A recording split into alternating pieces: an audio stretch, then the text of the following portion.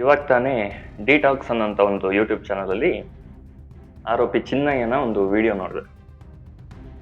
ಆತ SIT department ಅವನನ್ನು ಆರೋಪಿ ಅಂತೇಳಿ ಪರಿಗಣಿಸುವುದಕ್ಕೂ ಮುಂಚೆ ಡಿಟಾಕ್ಸ್ ಅನ್ನುವಂತಹ ಒಂದು ಯೂಟ್ಯೂಬ್ ಚಾನಲ್ ಆತನನ್ನು ಇಂಟರ್ವ್ಯೂ ಮಾಡಿರುತ್ತೆ.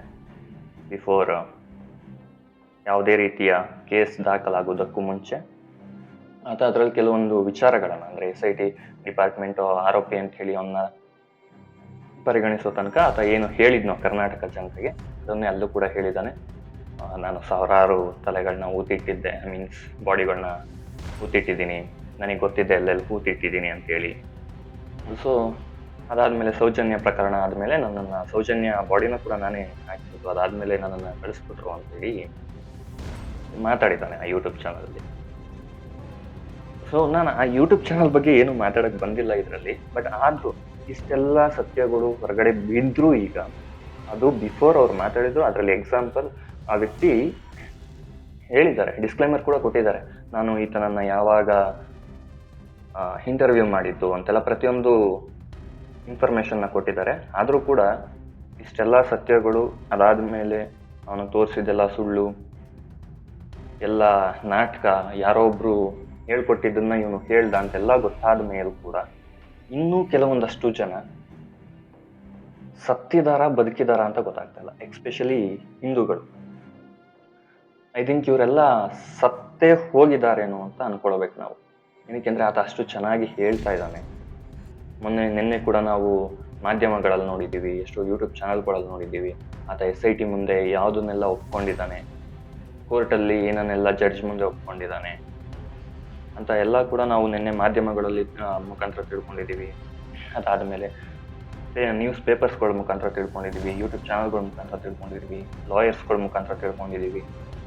ಆದರೂ ಕೂಡ ನಮ್ಮ ಜನಗಳು ಎಷ್ಟು ದಡ್ಡರಿದ್ದಾರೆ, ಎಷ್ಟು ಬುದ್ಧಿಗೆಟ್ಟವರಿದ್ದಾರೆ, ತಲೆಯಲ್ಲಿ ಬುದ್ಧಿನೇ ಇಲ್ಲದೆ ಸಗಣಿ ಲದ್ದಿನ ತುಂಬಿಕೊಂಡಿದ್ದಾರೆ ಅಂತೇಳಿ ಈ ವಿಡಿಯೋದಲ್ಲಿ ನನಗೆ ಇನ್ನೂ ಚೆನ್ನಾಗಿ ಗೊತ್ತಾಗ್ತದೆ. ಡಿಸ್ಕ್ಲೈಮರ್ ಹೇಳಿದ್ದಾರೆ, ಅವರೇ ಬಾಯಿ ಬಿಟ್ಟು ಹೇಳಿದ್ದಾರೆ. ದಿನೇಶ್ ಅನ್ನೋಂಥವ್ರವರು ಬಾಯಿ ಬಿಟ್ಟು ಹೇಳಿದ್ದಾರೆ. ಆದರೂ ಕೂಡ ಅದನ್ನ ಕೇಳಿಸ್ಕೊಳ್ದೆ ಆತ ಏನು ಹೇಳಿದ್ದಾನೆ ಅದನ್ನ ಇವತ್ತು ಮಾತಾಡ್ತಾ ಇದ್ದಾರೆ. ಆತ ಅವ್ರು ಹೇಳ್ತಾ ಇರೋದು ಅರ್ಥ ಮಾಡ್ಕೊಳ್ಳಿ ಜನಗಳೇ, ಅದಕ್ಕೆ ಹೇಳ್ತಾ ಇರೋದು ನಿಮ್ಮ ತಲೆಯಲ್ಲಿ ಬುದ್ಧಿ ಇಲ್ಲ, ಸಗಣಿ ತುಂಬಿಕೊಂಡಿದ್ದೀರಾ ಅಂತ ಹೇಳಿ. ಅವರು ಡಿಸ್ಕ್ಲೈಮರ್ ಹೇಳಿದ್ದಾರೆ, ಬಾಯಿ ಬಿಟ್ಟು ಹೇಳಿದ್ದಾರೆ. ಆತನನ್ನು ನಾನು ಯಾವಾಗ ಇಂಟರ್ವ್ಯೂ ಮಾಡಿದೆ, ಅವರು ಪೊಲೀಸ್ ಸ್ಟೇಷನ್ ಕದವನ್ನ ತಡ್ತಿರ್ಬೇಕಾದ್ರೆ, ಅಂದ್ರೆ ಸ್ಟಾರ್ಟಿಂಗ್ ಇವನ್ನ ವಿಚಾರಣೆ ಮೀನ್ಸ್ ಸಾಕ್ಷಿದಾರ ಅಂತ ತಗೊಳ್ಳುವುದಕ್ಕೂ ಮುಂಚೆ ಆ ಇಂಟರ್ವ್ಯೂ ನಡೆದಿರೋಂಥದ್ದು. ಈಗ ಅವನು ಸಾಕ್ಷಿದಾರ ಹೋಗ್ಲಿ, ಅವನೀಗ ಆರೋಪಿ. ನಿಮ್ಮ ತಲೆಗಳಲ್ಲಿ ಬುದ್ಧಿ ಇಲ್ವಾ? ಸ್ವಲ್ಪ ಆತ ಅಟ್ಲೀಸ್ಟ್ ಯೋಚನೆ ಮಾಡಬೇಕು. ಆತ ಏನು ಹೇಳ್ತಿದ್ದಾನೆ, ಅವ್ರು ಏನು ಹೇಳಿದ್ದಾರೆ, ಯಾವಾಗ ವಿಡಿಯೋ ಮಾಡಿದ್ದು ಅಂತ ಹೇಳಿದ್ದಾರೆ, ಅದನ್ನೆಲ್ಲ ಕೇಳಿಸ್ಕೊಳ್ಳುವಂತಹ ಒಂದು ಸಾಮಾನ್ಯ ಪರಿಜ್ಞಾನ ಇಲ್ವಾ ನಿಮ್ಗಳಿಗೆ? ಅಷ್ಟೊಂದು ಲದ್ದಿ ಇದೆಯಾ ನಿಮ್ಮ ತಲೆಗಳಲ್ಲಿ? ನನಗೆ ಈಗ ಅನ್ನಿಸ್ತಿದೆ, ಜನ ಮರಳೋ ಜಾತ್ರೆ ಮರಳೋ ಅನ್ನೋ ಗಾದೆಗೆ ತುಂಬಾ ಚೆನ್ನಾಗಿ ನಿಮ್ಗಳಿಗೆ ಸೂಟ್ ಆಗ್ತಾ ಇದೆ. ತುಂಬಾ ಚೆನ್ನಾಗಿ ಸೂಟ್ ಆಗ್ತಾ ಇದೆ ಆ ಗಾದೆ ಮಾತು.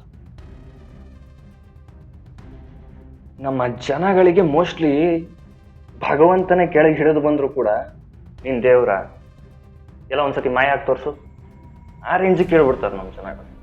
ದೇವ್ರು ಬಂದ್ಬಿಟ್ಟು ಸತ್ಯ ಕಣೋ, ನಾನು ಹೇಳ್ತಾರೆ ಸತ್ಯ ಕಣೋ, ಅಲ್ಲೇನು ನಡೆದಿಲ್ಲ ಕಣೋ, ಇವರೆಲ್ಲ ಸುಳ್ಳು ಹೇಳ್ತಿದಾರೆ ಕಣ ಅಂತ ದೇವ್ರೇ ಬಂದು ಹೇಳಿದ್ರು ಕೂಡ ನೀನ್ ದೇವ್ರ, ನೀನು ನನ್ನ ನಂಬೇಕಾ, ಎಲ್ಲ ಒಂದ್ಸತಿ ಮಾಯ ಆಗಿ ತೋರ್ಸು. ಅಂತಹ ಮೂರ್ಖರು, ಶತ ಮೂರ್ಖರಿದ್ದಾರೆ ನಮ್ಮಲ್ಲಿ, ಶತ ಮೂರ್ಖರು.